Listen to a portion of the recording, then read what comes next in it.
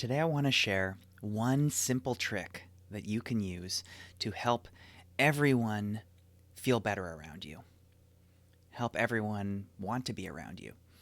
And this is especially useful if you're a manager or a leader and you're trying to help your employees be more real with you.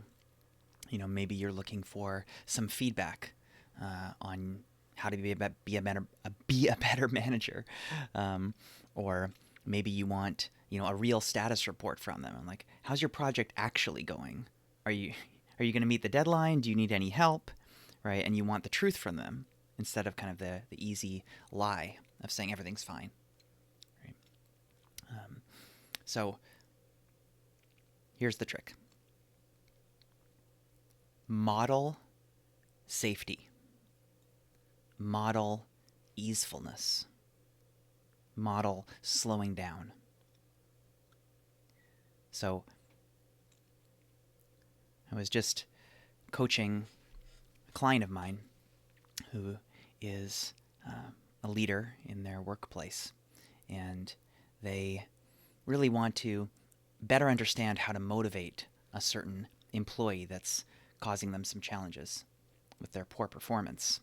And they know that, the best solution here is not going to be to just tell the employee, you're not measuring up. You better get your act in order, right?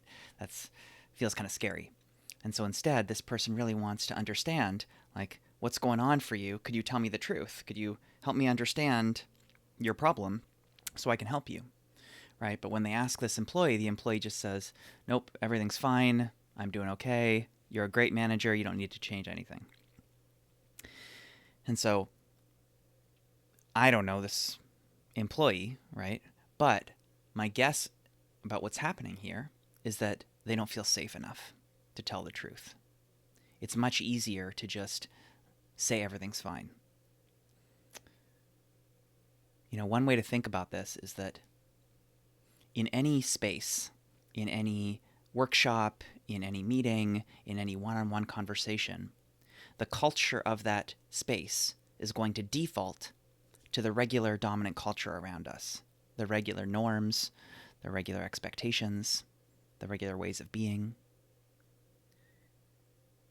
And in the dominant culture around us, we have these norms around, how's it going? Fine. Need any help? Nope. Right? And so if we want a different culture in this meeting, in this conversation, we need to explicitly set the culture. We need to model a different culture. So that's one reason why at the beginning of my sessions with clients, when they ask the usual, how are you, Michael? I always pause and I close my eyes and I check. How am I actually right now? And I tell them. And often they're shocked, right? That I didn't just say, good, how are you? But I actually answer. And I do that to set the culture of the conversation we're going to have. That this is a place where we can be real with each other. That I'm actually going to tell you if I'm having a hard day. And that invites you to tell me that you're having a hard day too. And so I said this is simple, but it's not easy. It's very hard to create real safety. Especially when different types of identities and power dynamics come into play. Already, if you're the manager or the leader, you're in the power up position from the employee, right? And it gets worse if you're, say, a cisgendered, heterosexual white man, and this is, someone with a more marginalized identity, person of color, woman, trans person, all sorts of different identities, right? That it can feel like the only safe thing to do is to just say what the person in the power up position wants to hear or what they expect to hear. So that if you're in that power up position, you have to work even harder to create a safe space. So I want to share just briefly a starting point for this, how to do that. And the starting point is to prepare yourself in advance to ground yourself, to prepare your body so that you feel safe yourself, so that you slow down yourself.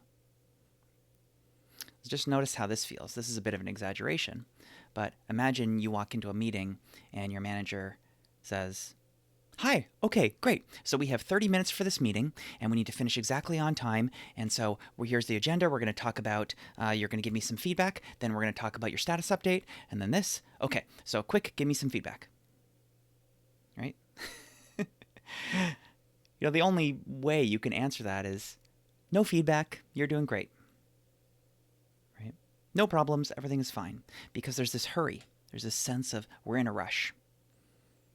And even if I don't say that, you can feel it in my voice. You can feel it in my nervous system, right? I'm rushing. I'm tense. So the single best thing you can do to create safety is to care for your nervous system first. Before you walk into that meeting, spend just 30 seconds. Take some deep breaths. Nice long out breath. Maybe wiggle your shoulders. A little shake. Notice if you're holding tension anywhere in your shoulders, your jaw. Let that soften. Just breathe and just tell yourself, I'm okay in this moment.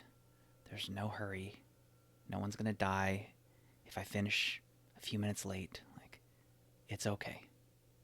Calm yourself down. And then when you enter that meeting, they'll feel your calm instead of feeling your rush, your tension. All right? I hope that helps, and I encourage you to practice as often as you can, not just for the hard meetings, but for the easy ones too, because the more you practice, the more it'll become your default orientation to be softer, to be slower, and thus to be more trustworthy, to bring safety everywhere you go, not just at work, not just in your meetings, but in your regular conversations with your partner, with your friends. They're going to feel that safety from you, and it's going to feel good, because so much of the world today doesn't feel safe. It feels too fast, too much going on, too much to keep track of. So I'd love for all of us to practice slowing down and to model that for others. I hope you have a nourishing day.